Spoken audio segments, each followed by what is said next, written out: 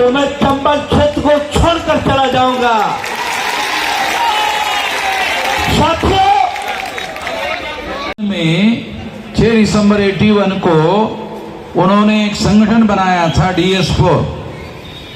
कुछ लोगों को जानकारी होगी, कुछ लोगों को जानकारी नहीं होगी। हम तो इस आंदोलन में शुरू से संघर्ष में शामिल होते रहे। तो DS4 के द्वारा भी चुनाव लड़ा गया था और चुनाव लड़ने की वजह से इस देश के शासक वर्ग में ये मैसेज गया था कि अब ये लोग शासक चुनने का जो काम करते थे, क्योंकि वोट के अधिकार में 2 अधिकार शामिल है। ये समझने की जरूरत है हमारे लोगों को ये बात समझ में नहीं आती है। ये आज भी हमारे लोगों को समझाने की जरूरत है। वोट के अधिकार में 2 अधिकार शामिल है, शासक चुनने का और शासक बनने का। हमारे लोगों को, तमाम लोगों को ये बात अभी भी समझ में नहीं आती ठीक से। वोट के अधिकार में 2 अधिकार शामिल है। एक अधिकार है शासक चुनने का और शासक बनने का। तो हमारे लोगों की औकात 84 तक, हमारे लोगों की जो औकात थी, मूल निवासी बहुजनों की औकात थी कि वो वोट के अधिकार का उपयोग शासक चुनने के लिए करते थे और ये मानते थे कि शासक बनना हमारा काम नहीं है।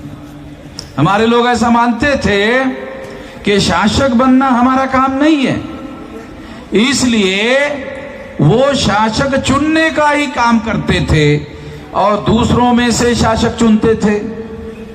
इसलिए दूसरों में से शासक चुनते थे।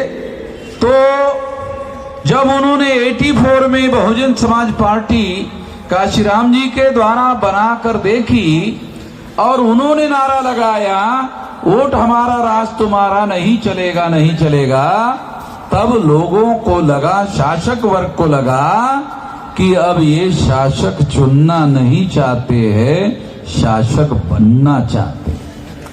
शासक चुनना नहीं, शासक बनना चाहते हैं। तो ये अभियान काशीराम जी के द्वारा शुरू किया गया था और इस वजह से 84 में जब ये बात सामने आई तो ईवीएम मशीन लाने का काम शुरू हुआ। ये थोड़ा बैकग्राउंड में आप लोगों को समझा रहा हूं कि ईवीएम मशीन अपने आप नहीं आई। ईवीएम आने के पीछे एक बहुत बड़ी वजह यह है कि हमारे लोगों ने इस देश में शासक बनने का अभियान शुरू किया था। अभी शासक चुनने का काम बहुत हो गया, अब हम लोग शासक बनेंगे।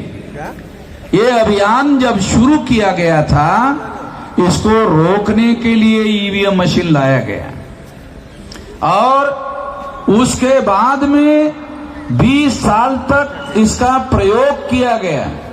सबसे पहले केरला में ईवीएम मशीन का प्रयोग शुरू हुआ और सारे देश भर में इसका प्रयोग धीरे धीरे इस तरीके से किया गया ताकि इस मशीन को जैसा वो चाहते थे वैसा उसको डेवलप किया जाए। जैसा मशीन वो चाहते थे, उस मशीन का जैसा उपयोग करना चाहते थे, वैसा उपयोग करने के लिए उनके पास ईवीएम मशीन का तजर्बा होना जरूरी था। इसलिए 84 से लेकर उन्होंने 2004 तक ये प्रयोग किया और 2004 को फिर सारे देश भर में ईवीएम लागू किया। क्योंकि हमारे लोगों को बहुत सारी बातों की जानकारी नहीं होती है, इसलिए ये बात मैं आप लोगों को बता रहा हूं, समझा रहा हूं। ये इस बैकग्राउंड के साथ ईवीएम को समझना है, इस बैकग्राउंड के साथ समझना है इसलिए ये बैकग्राउंड आपको मैं समझा रहा हूं कि ईवीएम का लाने का जो बैकग्राउंड है वो ये है कि जब लोग जागकर अपने अधिकार का उपयोग करते हुए शासक बनने का जब लोगों ने अभियान शुरू किया, तब उसको रोकने के लिए ईवीएम लाया गया। तो 2004 में ईवीएम का उपयोग करके कांग्रेस की सरकार बनी। ये सोचना गलत है कि केवल बीजेपी के लोग ईवीएम का इस्तेमाल कर रहे हैं, केवल बीजेपी के लोग ही ईवीएम का उपयोग करके शासक बन रहे हैं। ये बात सही नहीं है, इस तरह से सोचना सही नहीं है। 2004 में कांग्रेस ने ईवीएम का इस्तेमाल करते हुए सरकार बनाई। 2009 में कांग्रेस ने सरकार बनाई और जब इसके सबूत डॉक्टर सुब्रमण्यम स्वामी इन्होंने इकट्ठा किए, इसके सारे सबूत इकट्ठा किए गए डॉक्टर सुब्रमण्यम स्वामी के द्वारा, और ये सारे सबूत इकट्ठा करने के बाद ये सुप्रीम कोर्ट को दिए गए। सुप्रीम कोर्ट को ये सारे सबूत दिए गए। लाल कृष्ण आडवाणी को कांग्रेस ने ये प्रस्ताव दिया था। क्या प्रस्ताव दिया था? कि हमने 2 बार घोटाला करके सरकार बनाई है, तुम भी 2 बार कर। और चंबल से अकेले परेशान थे, आज पूरे देश में परेशान है और ये इस ईवीएम के बदौलत परेशान है। अगर उन पर हिम्मत है तो ईवीएम को बंद करके बैलेट पेपर से चुनाव करा करके जीत करके दिखा दे, तो मैं चंबल क्षेत्र को छोड़कर चला जाऊंगा।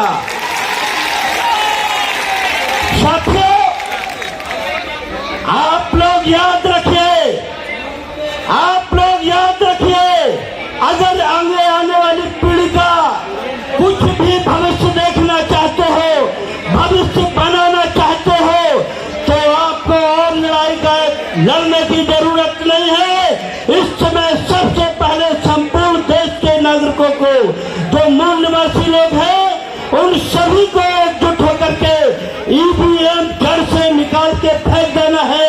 अगर उन्होंने जबरन चुनाव किया ईवीएम से, तो मैं कहता हूं ये अवसर, मुझे पहली ईवीएम तोड़ने का अवसर मिलेगा, मैं तोड़ूंगा। साथियों, आप लोगों को बताना चाहता हूं, इस देश में नहीं विश्व का अगर सबसे बड़ा घोटाला है तो ईवीएम का महाघोटाला है। इस ईवीएम महाघोटाले को रोकना है तो हम सभी लोगों को एकजुट होकर के आगे आना होगा।